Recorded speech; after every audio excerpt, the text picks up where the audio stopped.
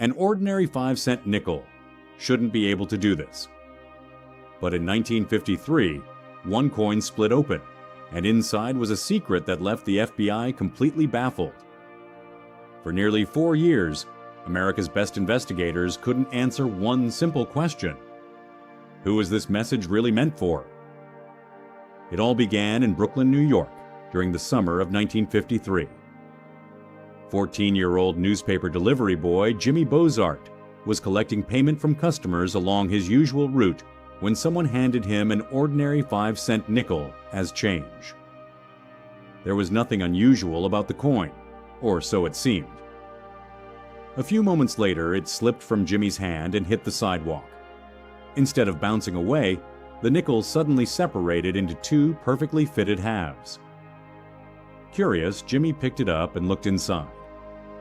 Hidden within the coin was a tiny strip of microfilm covered with rows of mysterious 5-digit numbers.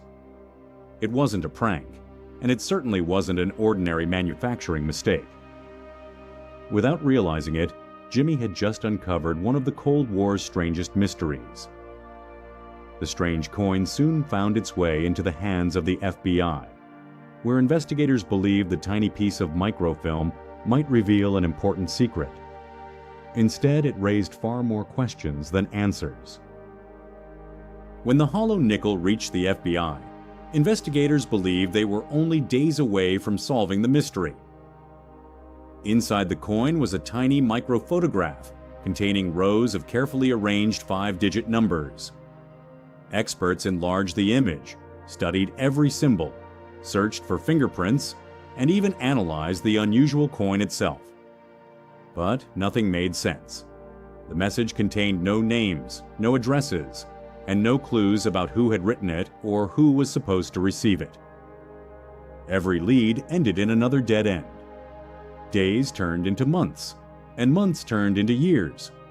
By 1957, the strange nickel had become one of the FBI's most frustrating, unsolved Cold War investigations. Then, just as the case seemed impossible to solve, an unexpected man walked into an American embassy thousands of miles away, carrying the missing piece of the puzzle. The FBI knew the hollow nickel wasn't an ordinary trick coin. But what was it actually designed for? The answer lay inside a secret world that few Americans had ever seen. During the Cold War, Soviet intelligence relied on highly trained illegal agents living under false identities deep inside the United States. Because meeting face-to-face was dangerous, they exchanged information through hidden communication systems. Tiny rolls of microfilm could be concealed inside everyday objects like coins, bolts, pencils, or even shaving brushes, allowing secret messages to pass unnoticed. The hollow nickel was one of those carefully engineered tools. It wasn't built to carry money, it was built to carry secrets. But somewhere along its journey, something went terribly wrong. Instead of reaching another Soviet operative, the nickel mysteriously found its way into the pocket of an ordinary American teenager. For almost 4 years, the hollow nickel remained an unsolved mystery. Then in May 1957, something completely unexpected happened.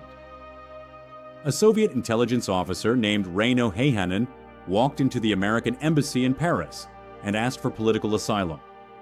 He had been ordered to return to Moscow, but he feared he might never come back alive.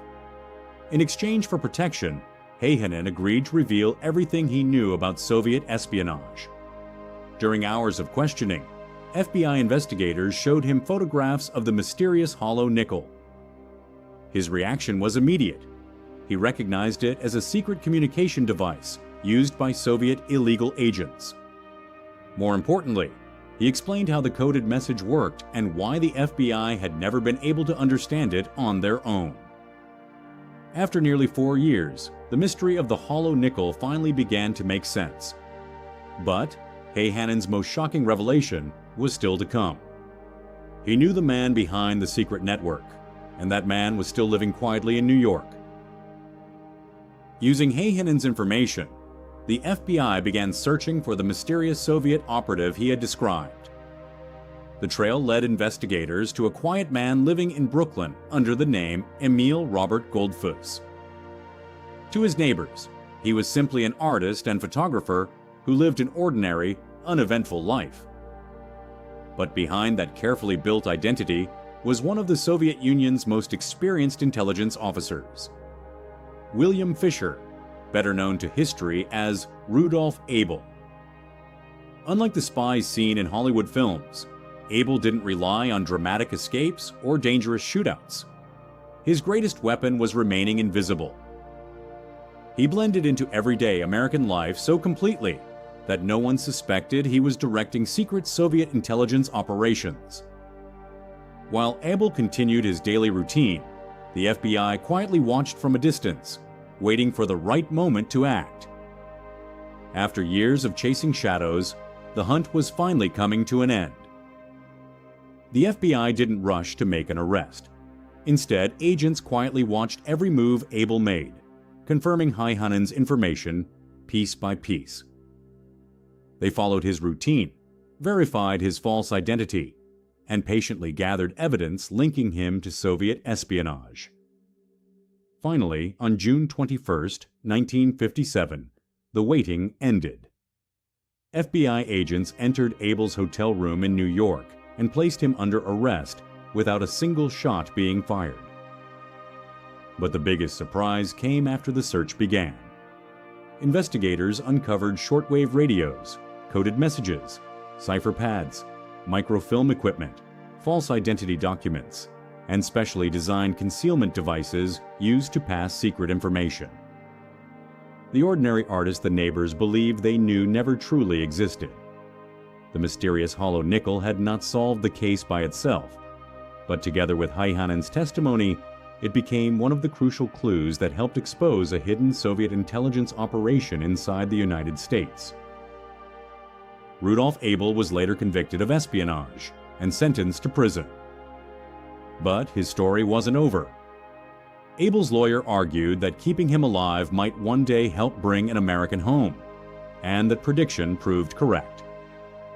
On February 10, 1962, Abel walked across Berlin's Glienicke Bridge and was exchanged for captured American U-2 pilot Francis Gary Powers in one of the Cold War's most famous prisoner swaps. The quiet spy who had spent years hidden inside America returned to the Soviet Union. But long before that historic exchange, the investigation had already proven one remarkable truth. Sometimes the smallest clue can uncover the biggest secret. Today, the hollow nickel is preserved as one of the FBI's most famous espionage artifacts, not because it contained military secrets or the name of a Soviet spy, but because it revealed an entire hidden system of Cold War communication. The coin itself didn't solve the mystery. It took years of investigation, a Soviet defector's testimony, and countless hours of intelligence work to uncover the truth. Yet, without that tiny nickel, the trail might never have begun. More than 70 years later, it remains a reminder that history doesn't always change through wars, powerful leaders, or advanced weapons. Sometimes history changes because of a single mistake, and an ordinary 5-cent coin that accidentally fell into the wrong hands.